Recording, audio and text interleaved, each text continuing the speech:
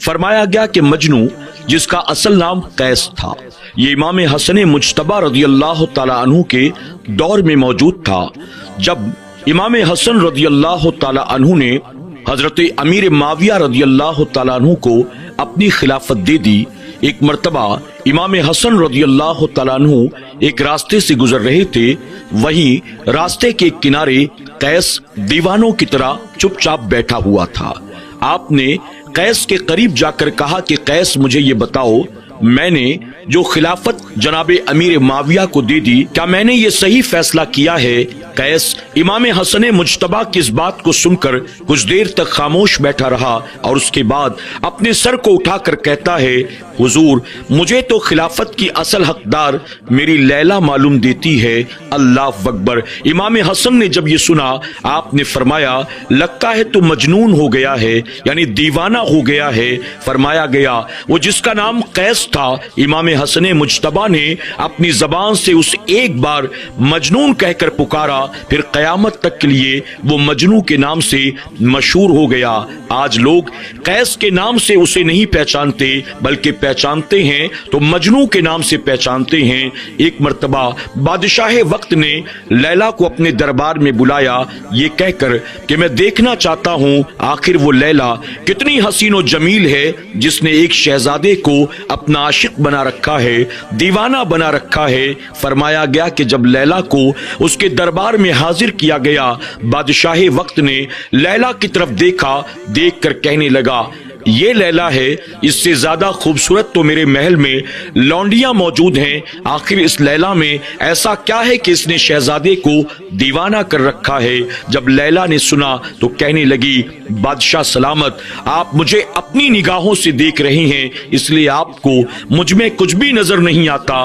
مجھ میں کیا ہے؟ اگر دیکھنا ہے تو ایک بار مجھے مجنوں کی نگاہ سے دیکھیں، اگر مجنوں کی نگاہ سے دیکھیں گے تو پتہ چل جائے گا کہ میں کیا ہوں۔ اللہ اکبر۔ ناظرین اکرام، ایک مرتبہ فرمایا گیا کہ مجنو ایک کتے کو چوم رہا تھا، لوگوں نے کہا عجیب دیوانہ ہے، اسے خبر بھی نہیں یہ لیلا ہے کہ کتا ہے، کتے کو چومے جا رہا ہے۔ ایک آدمی ایک عورت کی محبت میں کس حد تک پاگل ہو گیا۔ اللہ اکبر۔ آپ جانتے ہیں اس وقت مجنو نے کیا جواب دیا تھا؟ مجنو نے کہا تھا اے لوگوں، یہ کوئی معمولی کتا نہیں ہے، تم جانتے ہو میں اس کتے کو کیوں چومتا ہوں؟ کیونکہ یہ میری لیلا کی گلی کا کتا ہے۔ اللہ اکبر۔ یعنی جو لیلا کی گلی میں رہنے والا کتا ہو، مجنو لیلا کی نسبت کی وجہ سے اس کتے سے بھی محبت کرتا ہے۔ ایک مرتبہ مجنو لیلا کی گلی سے گزر رہا تھا، آسمان کے چاند کو دیکھ رہا تھا، لوگوں نے کہا مجنو اگر تجھے دیکھنا ہی ہے تو لیلا کے گھر کی طرف دیکھ، لیلا کے کھڑکی دروازے کی طرف دیکھ، ہو سکتا ہے کہ ایک مرتبہ تجھے اس کا دیدار ہو جائے، تو آسمان کے چاند کو کیوں دیکھتا ہے؟ تو مجنو نے کہا میں کھڑکی دروازے کی طرف دیکھوں، لیلا ہو سکتا ہے نظر آ جائے، ہو سکتا ہے نظر نہ بھی آئے، لیکن میں اس چاند کو اس لیے دیکھتا ہوں کہ اس چاند نے نہ جانے کتنی بار میری لیلا کو دیکھا ہوگا۔ اللہ اکبر۔ ایک مرتبہ لیلا نے اپنی خادمہ کے ذریعے کچھ کھانے پینے کی چیزیں مجنو کے لیے بھیجی، چونکہ خادمہ مجنو کو پہچانتی نہیں تھی، لیلا نے کہا فلاں مقام پر ایک دیوانہ بیٹھا ہوگا، پوچھ لینا کسی سے مجنو کون ہے، اور جب پتہ مل جائے تو یہ چیز اس کے حوالے کر دینا۔ جب خادمہ بازار میں پہنچی، اس نے کہا میں لیلا کی خادمہ ہوں، لیلا نے مجنو کے لیے کوئی سامان بھیجا ہے، تو مجھے بتا سکتے ہو آخر مجنو کون ہے؟ ایسے میں جب لوگوں کو پتہ چلا کہ لیلا نے اپنے عاشق کے لیے کوئی چیز بھیجی ہے، بازار میں موجود ہر شخص کہنے لگا میں ہی مجنو ہوں، میں ہی مجنو ہوں، میں ہی مجنو ہوں۔ خادمہ پریشان ہو گئی، اتنے سارے مجنو، اب یہ سامان جو لے کر آئی ہوں یہ دوں تو کسی دوں؟ پریشان ہو کر دوبارہ واپس لیلا کے پاس آتی ہے اور آ کر کہتی ہے میں مجنو تک نہ پہنچ سکی، اس کی وجہ کہ میں نے بازار میں جس سے بھی پوچھا ہر کسی نے یہی دعویٰ کیا میں مجنو ہوں، میں مجنو ہوں۔ اب جانتے ہیں ایسے میں لیلا نے کیا کہا؟ لیلا نے کہا اگر تم اصل مجنو تک پہنچنا چاہتی ہو تو اپنے ساتھ ایک پلیٹ ایک چھری لے کر جاؤ اور کہہ دو کہ لیلا نے مجنو کے جسم کا گوشت منگایا ہے، پھر تمہیں پتہ چل جائے گا اصل مجنو کون ہے۔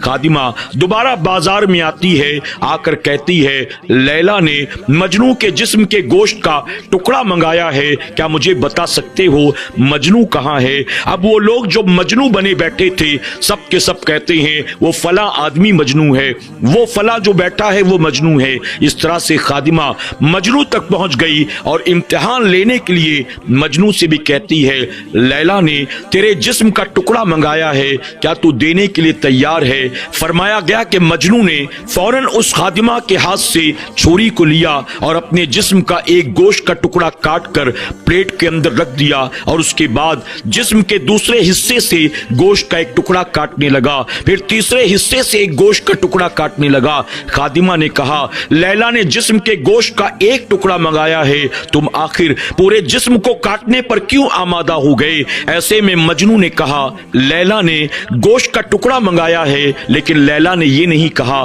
کہ کس حصے کے گوشت کا ٹکڑا چاہیے، اسی لیے میں اپنے جسم کے تمام حصے کے ایک ایک ٹکڑے نکال کر دے دیتا ہوں، میری لیلا کو جس حصے کا ٹکڑا درکار ہو اسے دے دینا۔ اللہ اکبر۔ ناظرین اکرام، آج میں نے آپ کے سامنے لیلا مجنو کے 2-3 واقعات بیان کیے، ان واقعات سے ہمیں اور آپ کو بہت کچھ سیکھنے کو ملتا ہے۔ آپ دیکھیں ایک آدمی اگر کسی عورت کی محبت میں اپنے آپ کو غرق کر دیتا ہے تو اسے صبح شام سوائے اس کے دوسرا کوئی نظر نہیں آتا، ہر جگہ اسے نظر آتا ہے تو بس اس کا محبوب نظر آتا ہے۔ امام حسن مجتبی نے کہا خلافت کے لائق کون ہے؟ کہا میری لیلا ہے۔ جب گلی کے کتے کو دیکھا تو چوم لیا لیلا کی نسبت کی بنیاد، چاند کو دیکھا تو یاد آ گئی لیلا، اور جسم کے گوشت کا ٹکڑا دینا تھا تو لیلا کی محبت میں اپنے پورے بدن کے گوشت کے ٹکڑے کاٹ کاٹ کر پلیٹ میں رکھ دیے۔ ہم مسلمان ہیں، کاش ہمیں بھی اللہ سے ایسی محبت ہو جائے، اللہ کے پیارے محبوب صلی اللہ علیہ وسلم سے ایسی ہی محبت ہو جائے۔ ہم زمین دیکھیں تو اللہ یاد آئے، آسمان دیکھیں تو اللہ یاد آئے، ہم دریا کو دیکھیں تو اللہ یاد آئے، ہم صحرا کو دیکھیں تو اللہ یاد آئے، ہم درختوں کو دیکھیں تو اللہ یاد آئے، ہم پہاڑوں کو دیکھیں تو اللہ یاد آئے۔ ہم جب اس زمین پر چلے پھرے کھائے پیے، ہر وقت ہمیں اللہ کی نعمتیں، اللہ کا فضل و کرم، اللہ کا رحم و کرم یاد رہے۔